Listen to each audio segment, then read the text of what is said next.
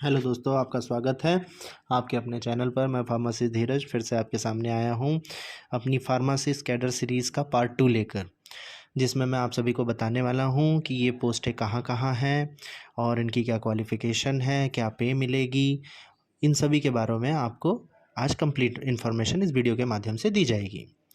जैसा कि आप देख सकते हैं, एलोपैथिक फार्मासिस्ट के लिए CGHS के अंतर्गत ऑल इंडिया कोटा पर कितनी सिटीज़ में कितनी वैकेंसी है वो इस फर्स्ट पार्ट में आपको दिखाया गया है।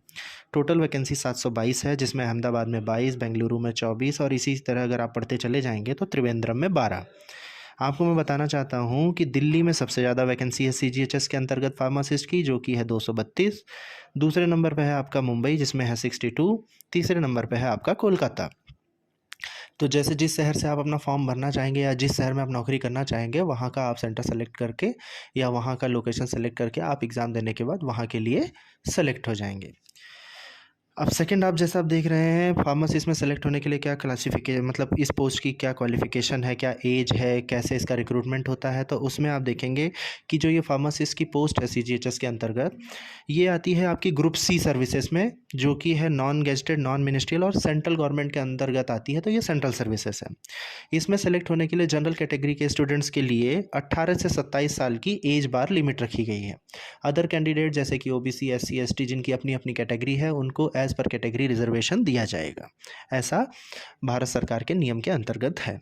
अब मेथड ऑफ सिलेक्शन जो होगा आपका, इसमें आप एग्ज़ाम देंगे, आपकी मेरिट बनेगी। अगर आप सेलेक्ट होते हैं तो आप CGHS में एज अ फार्मासिस्ट ज्वाइन करेंगे। अब पे की बात की जाए तो बहुत से बच्चों को कन्फ्यूज़न है कि अगर हम फार्मासिस्ट की पोस्ट पे सेलेक्ट हो जाते हैं तो हमें क्या पे एंड पर्क मिलने वाला है as a central government employee. तो इसके बारे में आपको मैं बता दूं कि जब कभी भी कोई भी एग्ज़ाम दे के सेलेक्ट होता है तो वो एज अ फार्मासिस्ट लेवल 5 में सेलेक्ट होता है, जिसकी रेंज है 29,200 रुपये से लगा के 92,300 रुपये। लेकिन जैसे ही उसके 2 साल पूरे हो जाते हैं तो भारत सरकार का एक नियम है जिसके तहत उसको नॉन फंक्शनल अपग्रेडेशन मिलता है और वो जंप कर जाता है लेवल 6 में, जिसमें उसकी रेंज होती है 35,400 रुपये से लगा के 1,12,400 रुपये। क्वालिफ़िकेशन आप सभी लोगों को पता है। क्वालिफ़िकेशन रिक्रूटमेंट रूल के अकॉर्डिंगली हर साल के एग्ज़ाम के लिए जैसा उसमें दिया जाएगा उस हिसाब से आप फॉर्म भर सकते हैं। चलिए बात करते हैं पे कैलकुलेशन के बारे में। तो जैसा कि मैंने आपको बताया, जैसे ही आप एग्ज़ाम देके एज अ फार्मासिस्ट ज्वाइन करेंगे तो आप लेवल 5 जो कि 7वें पे कमीशन का है, उससे अंतर्गत आपकी बेसिक पे जो निर्धारित की जाएगी वो एज अ जॉइनी आपकी निर्धारित की जाएगी 29,200 रुपये, जिस पे आज यानी कि जनवरी 2024 में अभी तक DA डिक्लेयर नहीं हुआ है। जो लास्ट DA है वो 46% है।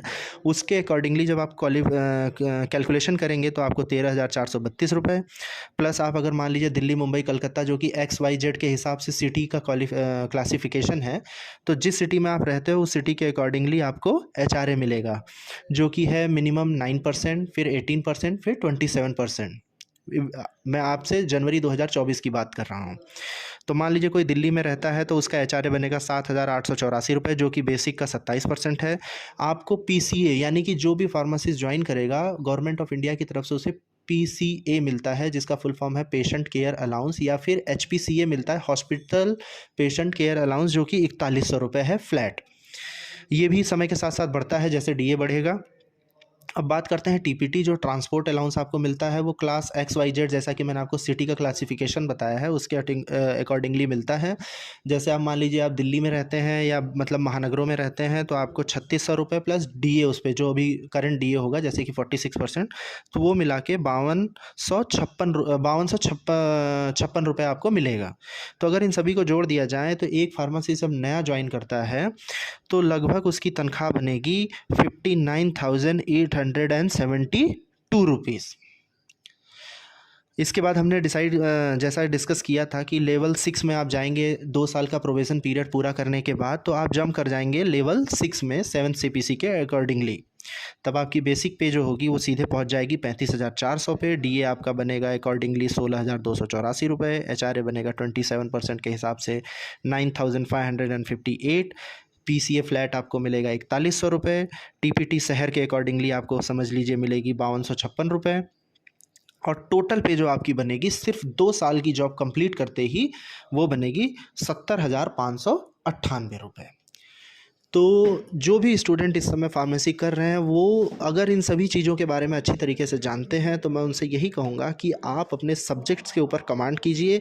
हर साल CGHS central government health scheme के एग्ज़ाम्स होते हैं, इनका फॉर्म आप भर सकते हैं और आप अपने आप को उसमें एज अ फार्मासिस्ट पोस्ट के लिए दावेदार घोषित करते हुए अगर क्वालिफाई करते हैं तो आपको आज की समय में ये तनख्वाह सेंट्रल गवर्नमेंट की तरफ से दी जाएगी।